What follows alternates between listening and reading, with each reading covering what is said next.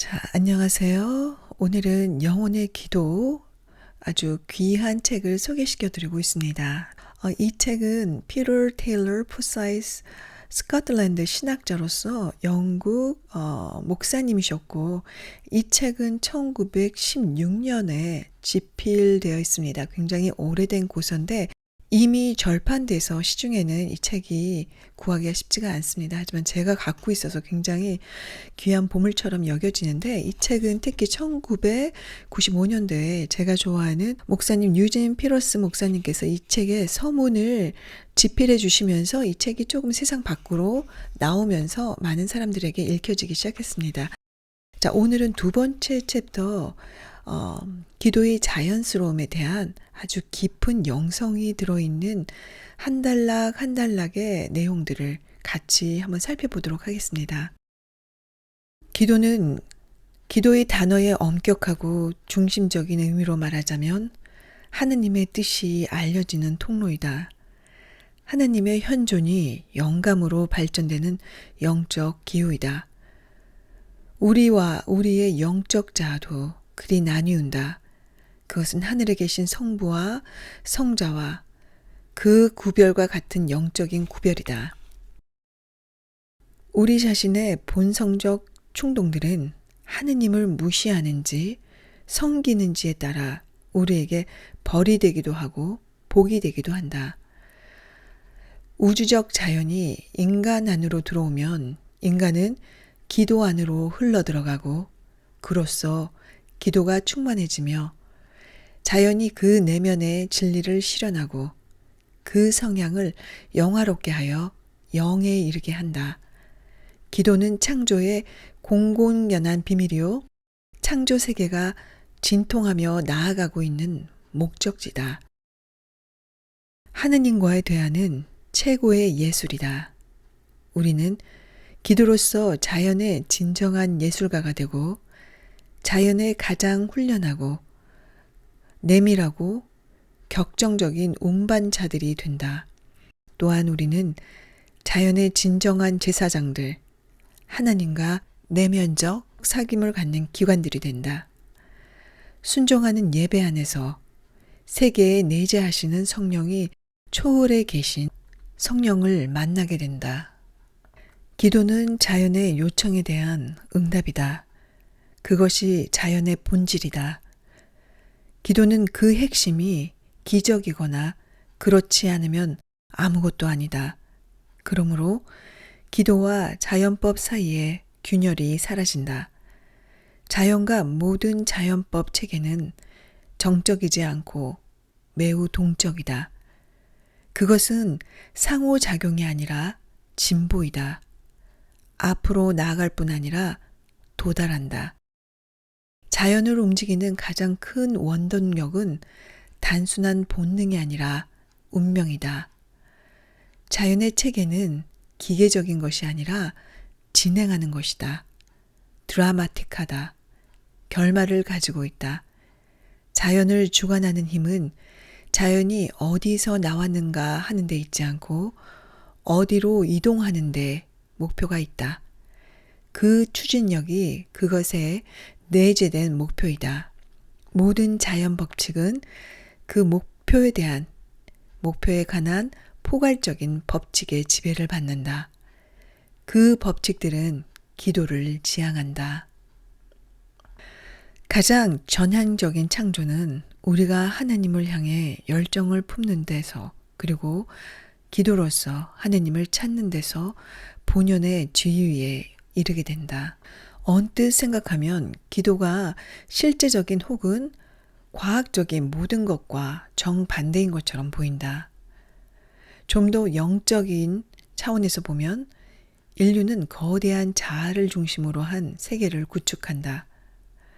우리가 하나님의 영광을 위해 존재하는 것이 아니라 하나님께서 인간을 돕고 영화롭게 하시기 위해 존재하신다. 그러나 어떤 방식으로든 만물은 인격을 위해 함께 작동하며 자유로운 영혼 속으로 흘러들어간다.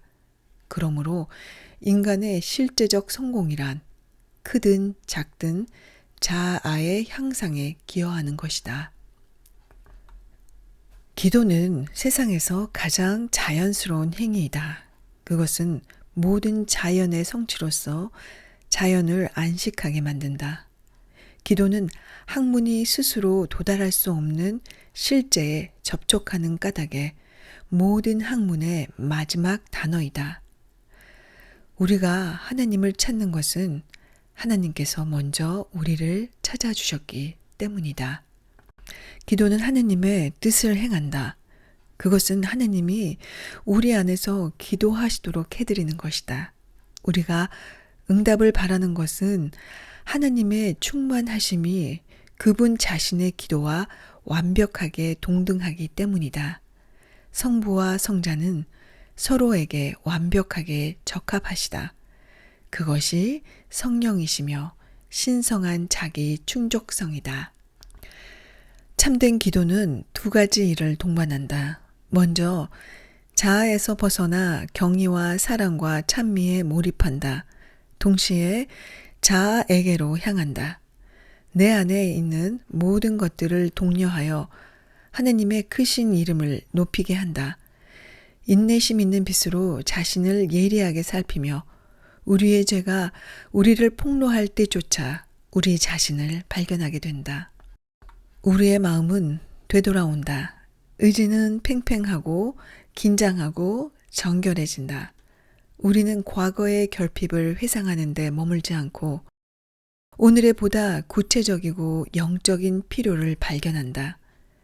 영적으로 장성할수록 잠재의식이나 무의식에서 벗어나게 된다. 그래서 참되고 정상적인 길을 통해 영혼이 자신의 창조주이신 하나님께로 돌아가게 된다.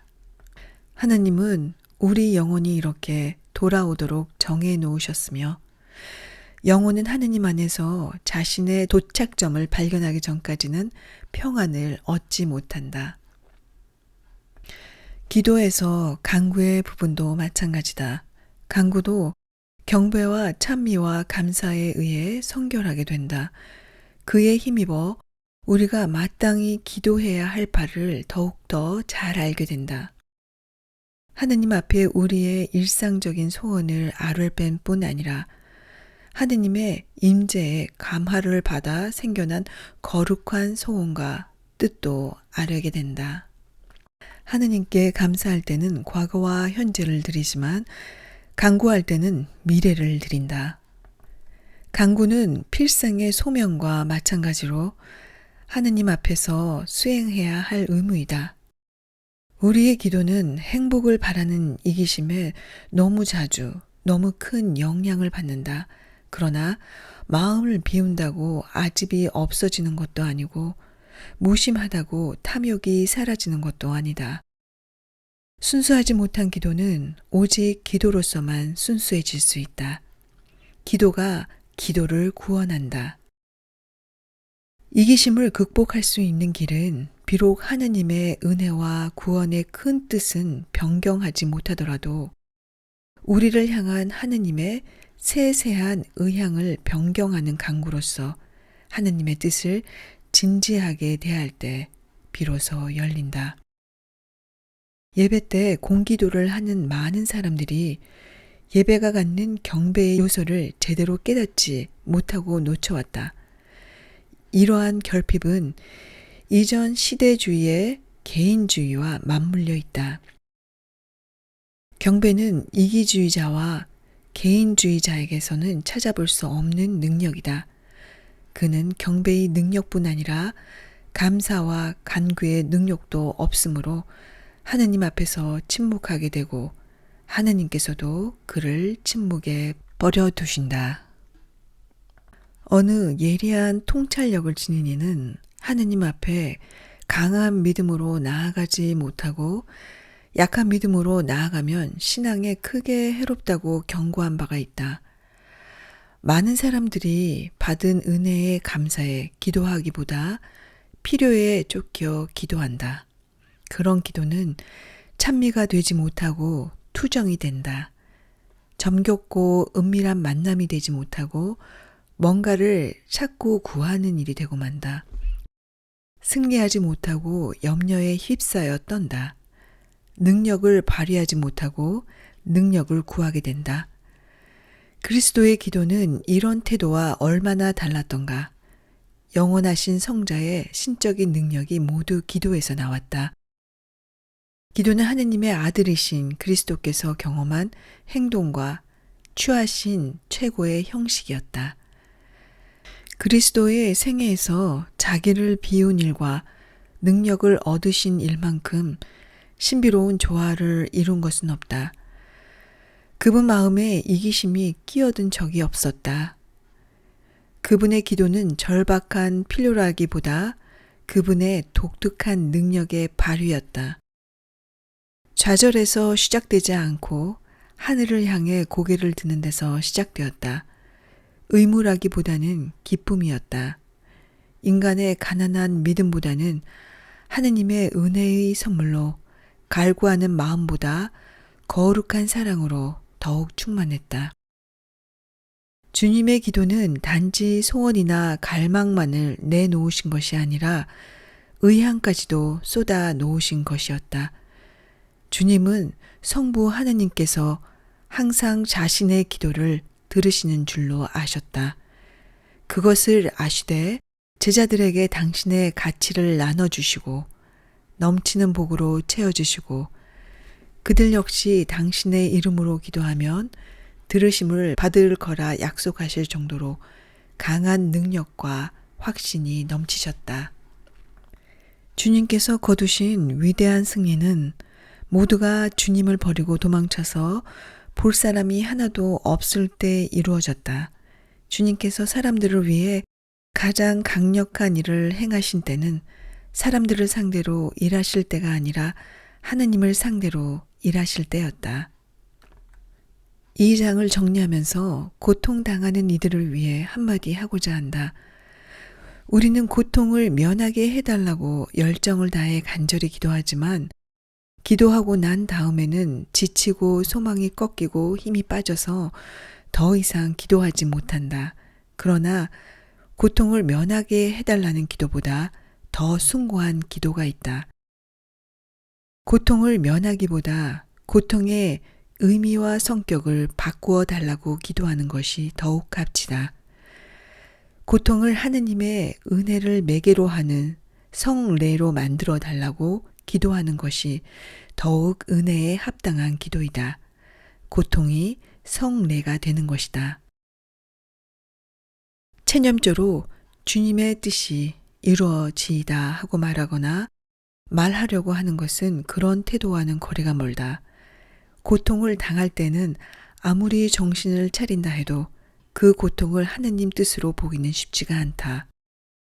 고통을 당하게 된 원인이 악한 마음을 품었기 때문일 수도 있고 경박하게 처신했기 때문일 수도 있고 탐욕을 부렸기 때문일 수도 있다. 그러나 그것이 현실이 된 상황에서는 그것을 올바른 자세로 감내하는 것이 하느님의 뜻에 부합한 태도이다. 고통의 현실에서 좌절하지 말고 그것을 영혼을 이롭게 하고 하느님을 영화롭게 하는 기회로 삼아야 한다. 그렇게 할 때에 고통의 요소들이 거룩하게 되어 은혜를 매개하며 그것이 성례가 된다. 고통을 기도로 변화시키는 길이다.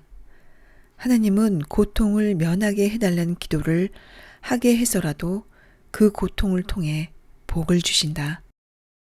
고통을 찬송으로 바꾸고 불 속에서도 하나님께 감사하며 인생을 돌아볼 것이다.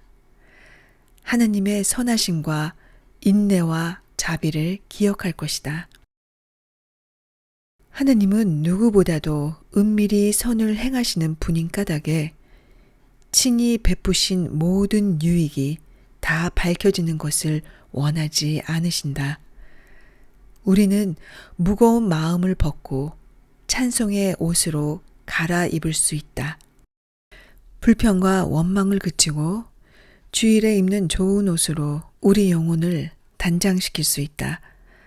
그때의 고통의 성례가 진정한 성찬과 감사가 되는 것이다.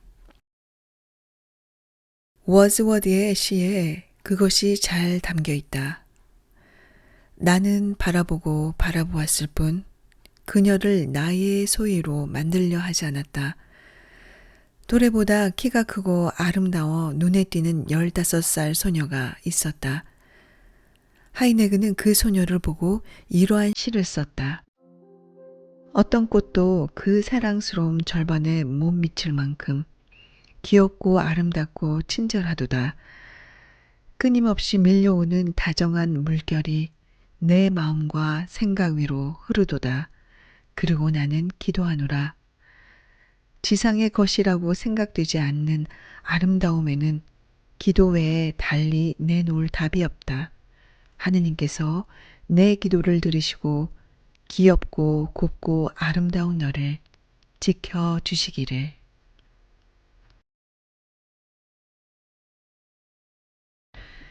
자, 이 챕터 영혼의 기도, 기도의 자연스러움에 대한 내용을 나눠봤습니다.